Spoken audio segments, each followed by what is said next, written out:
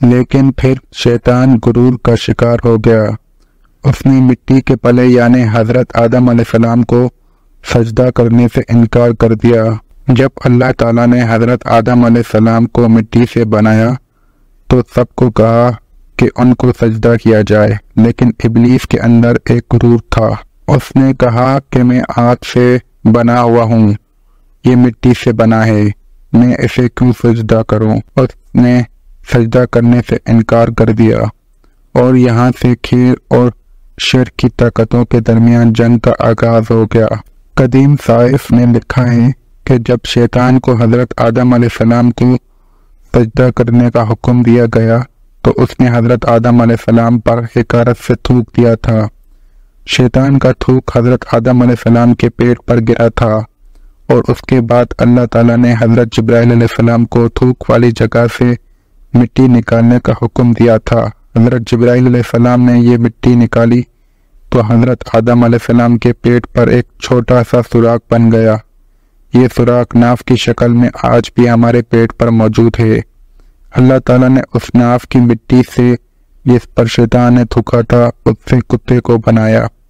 ناظرین، کتے کی تخلیق کے متعلق دوسری روایت یہ بھی ملتی ہے کہ جب حضرت آدم علیہ السلام اور حضرت اماں حوا سلام اللہ علیہ کو اللہ تبارک و تعالیٰ نے زمین پر بھیجا تو شیطان نے زمینی درندوں کو ورگلا کہ وہ ان دونوں کو کھا جائیں، تو تب اللہ تبارک و تعالیٰ نے کتے کو پیدا کیا جس نے آدم علیہ السلام اور حضرت حوا سلام اللہ علیہ کی ان درندوں سے حفاظت فرمائی۔ یعنی کتے کی پیدائش حضرت آدم علیہ السلام کو زمین پر بھیجنے کے فوراً بعد اللہ تبارک و تعالیٰ نے فرمائی۔ ناظرین، کتے میں 3 خاصیتیں ہوتی ہیں۔ یہ انسان سے محبت کرتا ہے۔ کتا انسان سے محبت کیوں کرتا ہے وہ بھی اس ویڈیو میں ہم آپ کو بتاتے ہیں، کیونکہ انسان بھی مٹی سے بنایا ہوا ایک پتلا ہے اور کتا بھی مٹی سے بنا ہے، اس لیے کتا انسان سے محبت کرتا ہے۔ کتے کے بارے میں اگر آپ کو یہ بتایا جائے کہ یہ رات کو کیوں جاگتا ہے، اس کی وجہ یہ ہے کہ مٹی کو حضرت جبرائیل علیہ السلام کے ہاتھ لگے تھے۔ اور ہاں، کتا انسان پر بھونکتا ہے۔ یہ انسانوں پر کیوں بھونکتا ہے؟ اس کی وجہ یہ ہے کہ اس کی مٹی میں شیطان کا تھوک شامل ہے، اور کتا دنیا کی واحد مخلوق ہے جو شیطان کو دیکھ سکتا ہے۔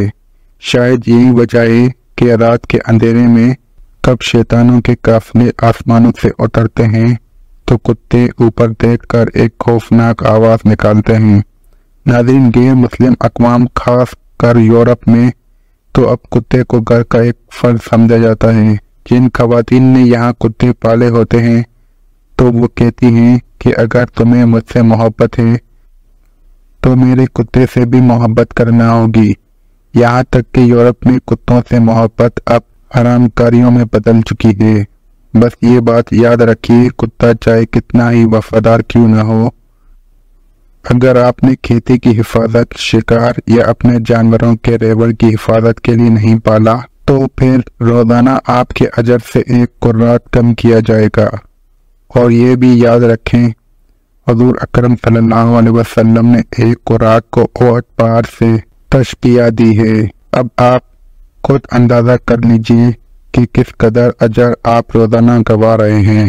اللہ تبارک و تعالیٰ نے سورۃ عراق میں بلعم بن باورہ جو کہ ایک نیک اور عابد شخص تھا، پھر اس نے نفس کی لذت اور دنیا پرستی کے کام شروع کیے تو پھر اللہ تعالیٰ نے اس کو کتے سے تشبیہ دے دی، اور وہ روز قیامت کتے کی شکل میں دوزخ میں داخل ہوگا، اور اصحاب کاف کا کتا بلعم بن باورہ کی شکل میں جنت میں جائے گا۔ اور حضور اکرم صلی اللہ علیہ وسلم نے سیاہ کتے کو شیطان کہا ہے، بلکہ طبی ماہرین کے مطابق ناپاک جانوروں کو پالنا وبا کا باعث ہے۔ خطرناک جراثیم اور وبائیں جانوروں سے انسانوں میں منتقل ہوتی ہیں۔ رسول کریم صلی اللہ علیہ وسلم نے آج سے 1400 سال قبل جو ایک کام بتائے، آج کی جدید سائنس سے اس کی تصدیق ہو رہی ہے۔ طبی ماہرین کے متفقہ رائے ہے کہ جانوروں میں پائے جانے والے خطرناک جراثیم انسانوں میں منتقل ہوتے ہیں جو وبا پھیلنے کا باعث بنتے ہیں، اور اسلام کی روح سے کتے ایک ناپاک جانور ہیں۔ اگر ہم اسلام کی تعلیمات پر عمل کریں اور ناپاک جانوروں کو پالنے سے گریز کریں تو خطرات سے محفوظ رہ سکتے ہیں۔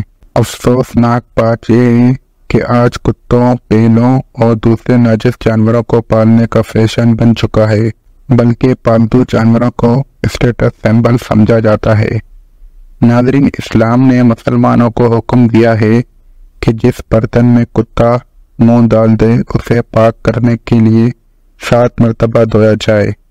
ایک روایت میں 8ویں بار مٹی سے پاک کرنے کے الفاظ بھی ملتے ہیں۔ آج کی سائنس بتاتی ہے کہ کتے میں انتہائی خطرناک جراثیم پائے جاتے ہیں جو برتن کو بار بار دھونے سے ہی ختم ہو سکتے ہیں۔ آپ اندازہ لگائیں، اسلام نے یہی بات آج سے 1400 سال پہلے بتا دی، جب سائنس کا وجود تک نہ تھا۔ ہمیں سمجھ جانا چاہیے کہ اللہ تعالیٰ کے پیارے نبی صلی اللہ علیہ وسلم نے جو احکام ہمیں دیے، انسانیت کی فلاح اسے مان لینے میں ہے۔